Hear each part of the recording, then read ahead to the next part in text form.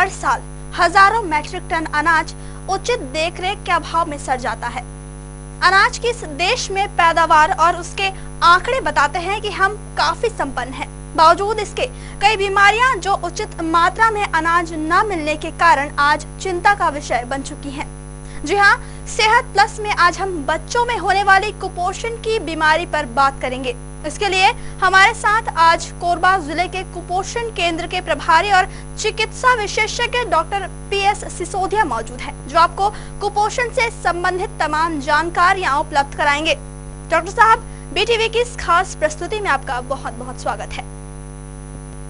Doctor Sisodia, आपसे सबसे पहले हम जानना चाहेंगे, कुपोषण को लेकर आज केंद्र और राज्य सरकार चिंतित नजर आती है। क्या वजह है कि कुपोषण के आंकड़े लगातार बढ़ते जा रहे हैं? देखिए, ये एक बहुत बड़ा सब्जेक्ट है कुपोषण, और पूरे भारतवर्ष में इसकी समस्या है। कुपोषण के संदर्भ में हमारे जिले में काफी काम हो रहा है, और कुपोषण का जो कारण मुझे नजर आता है वो लोगों को एक्सेप्टेंस नहीं है।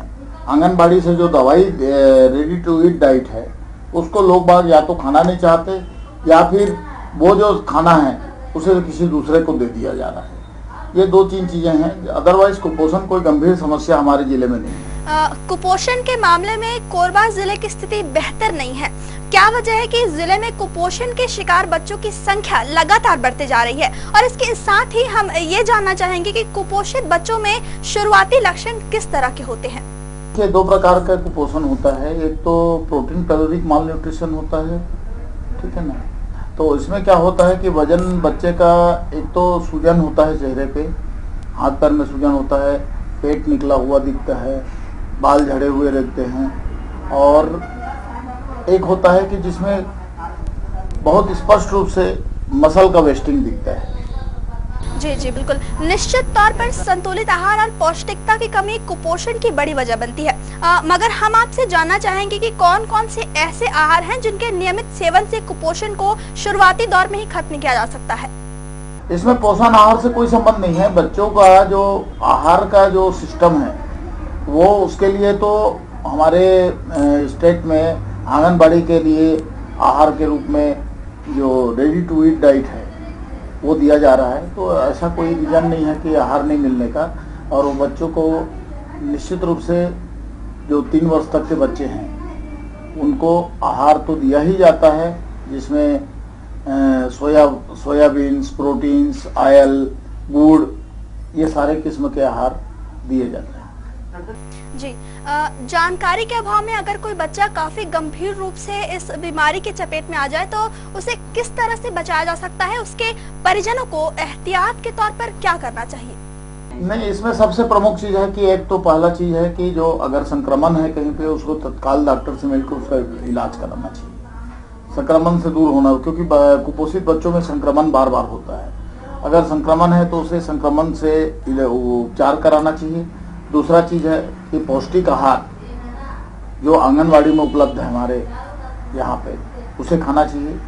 और इसके अतिरिक्त अगर कोई ज़्यादा समस्या है, ज़्यादा दिक्कत हो रही है, तो पीडियाट्रिशियन से सलाह लेनी चाहिए। माता पिता को यह है कि अपने बच्चे का वजन रेगुलर कराते रहें, टीकाकरण कराएं, विटामिन ए का सिरप पिलाएं, आयरन का सिरप पिलाएं, एल्बेंडाजॉल का दें गोली, कृमिनाशक गोलियां। ये इससे कुपोषण होता है। और इसे और प्रॉपर सादा भोजन और ताजा भोजन ये जरूर दें बच्चों। जी डॉक्टर साहब, ये तो रही बीमारी, उसके कारण और उसके लक्षण की जानकारी, मगर हम आपसे ये जानना चाहते हैं कि राज्य सरकार और जिला प्रशासन इस गंभीर बीमारी को लेकर कितना संवेदनशील है? अभी हमारे जिले में कलेक्टर साहब ने एक विशेष अभियान चलाया है, जिसके तहत NRC बनाया है, न्यूट्रिशनल रिहेबिलिटेशन सेंटर। जिला चिकित्सालय कोरबा में 50 बेड, पाली में 20, करतला में 20, कटघोरा में 20, इस तरीके से लगभग 100-150 बेड का हमारे यहाँ कुपोषित बच्चों को उपचार करने की सुविधा है, जिसको हम लोग NRC सेंटर के नाम से जानते हैं। अभी तक हमारे यहाँ जिला चिकित्सालय और कटघोरा में काम का 2 जगह NRC था। अभी कलेक्टर साहब के विशेष प्रयास से करतला और पाली में भी खुल गया है। तो अभी तक 94 बच्चे जिला चिकित्सालय में और 74 बच्चे CSC कटघोरा में उपचार ले चुके हैं। वर्तमान में जो मुझे जानकारी मिली है, करतला में 12 बच्चे तथा पाली में 14 बच्चे भर्ती हैं। डॉक्टर साहब, एक चीज आपसे और जानना चाहेंगे कि सामान्य बच्चों की तरह कुपोषित बच्चों को उचित देखरेख के बाद कितने दिनों में सामान्य बनाया जा सकता है?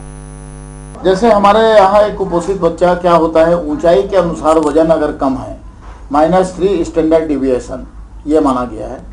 अब ये थोड़ी तकनीकी चीज हो जाती है, लेकिन ये हमारे चिकित्सकों को पता है कि कौन सा बच्चा कुपोषित होता है। इसको सैम बोलते हैं, सीवियरली एक्यूट मालनरिश चिल्ड्रन, ठीक है ना। तो ये बच्चे -3 HD के जब हमारे NRC में भर्ती होते हैं तो हमारे पास में उसकी स्क्रीनिंग की जाती है, उसका ब्लड एग्जामिनेशन किया जाता है, उसका अगर कोई बीमारी है तो उसका उपचार के लिए चिकित्सक जो है वो उपचार लिखता है जो निःशुल्क दिया जाता है, और उसके लिए प्रॉपर खाना जो हमारा जो सूजी है, हलवा है, अंडा है, दूध है, इस तरीके की जो चीजें हैं वो दी जाती है।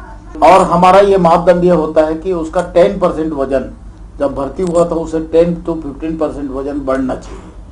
हम लोग सामान्य इसमें हिलाने मिलाने के लिए उनको कुपोषण को दूर करने के लिए जो सामान्यतया जो हमारे जिले चिकित्सालय में किया जाता है, एक तो खाना दिया जाता है, चिकित्सा दिया जा रहा है, और उनके जो सामान्य बच्चों को खेल कूद के लिए जो सामान है वो भी उपलब्ध कराएगा।